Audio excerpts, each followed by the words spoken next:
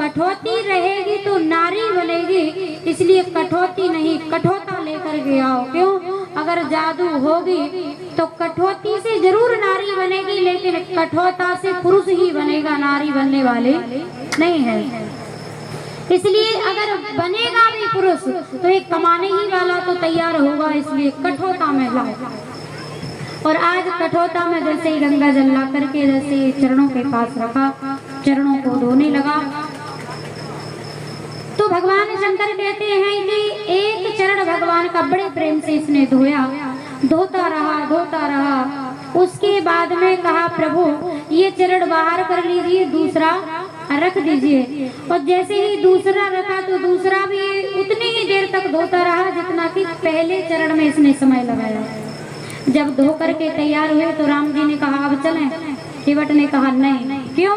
केवट ने कहा कि जब तक हमने आपका वो चरण धोया, जब तक तो ठीक है, ये बिना धुला चरण आप नीचे रखे थे, लेकिन जब तक मैंने ये दूसरा वाला आपका चरण धोया, जब तक जो धो दिया था मैंने चरण, उसमें फिर से रज लग गई, फिर से धूल लग गई, तो मुझे फिर से धोना पड़ेगा। ये क्यों कर रहा है केवट? क्योंकि ये समय चाहता है, वो जानता है कि जितनी जल्दी मैं पार कर दूंगा राम उतनी जल्दी मेरी आंखों से दूर हो जाएंगे। लक्ष्मण जी ने कहा कि केवट हमें जल्दी जाना है, देर क्यों कर रहे हो? तो आज केवट ने कहा कि आज लक्ष्मण जी आप बीच में नहीं बोल सकते, क्योंकि उस समय वो आपका समय था और आज मेरा समय है, इसलिए बीच में नहीं। शंकर भगवान कहते हैं कि वही लक्ष्मी और शेष दूर जाकर के खड़े देख रहे हैं, बाकी एक भक्त और भगवान के बीच में नहीं आ पा रहे हैं।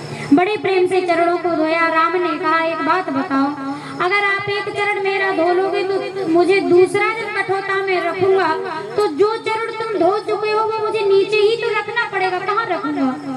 केवट ने कहा कि एक चरण के भर खड़े रहो, दूसरा ऊपर ही करे रहो जब तक मैं ये वाला ना धो। लक्ष्मण जी ने कहा कैसे आदमी हो, एक चरण के भर भला कब तक भैया खड़े रहेंगे, सहारा भी तो चाहिए। तो ये इतना चतुर है केवट, कहने लगा कि अगर आपके भैया को सहारे की जरूरत है तो मेरे सर पर अपने दोनों हाथ रख ले।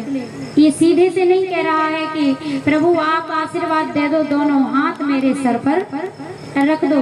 ये नहीं कह रहा है कि मुझे जरूरत है आपके आशीर्वाद की, तो घुमा करके कहता है कि अगर आपके भैया को हमारी जरूरत है, सहारे की जरूरत है, तो दोनों हाथ हमारे सर पर रख लें, फिर तो एक चरण के भर खड़े होने में कोई दिक्कत नहीं आएगी।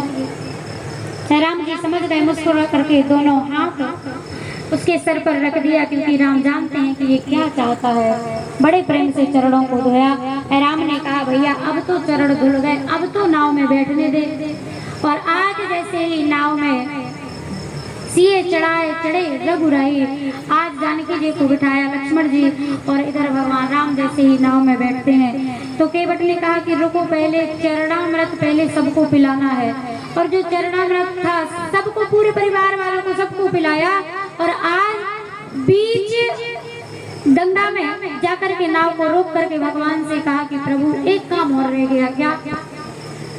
केवट ने कहा कि हमारे पूर्वज जो भटक रहे हैं उनका अभी तक कल्याण नहीं हुआ, एक बार उनके नाम से आप गंगा में खड़े होकर के आप उनके लिए जल अर्पण कर दो कि उनका उद्धार हो जाए। राम ने कहा कैसी बात करते हो, अगर आपने मेरे चरणों को धो लिया और आपने मेरा दर्शन कर लिया और एक कोई भगवान का दर्शन कर ले तो फिर कई पीढ़ियां तर जाती हैं, कैसी बात कर रहे हो? अब आपके पूर्वज थोड़ी भटकेंगे, उनकी आत्माएं थोड़ी भटकेंगी।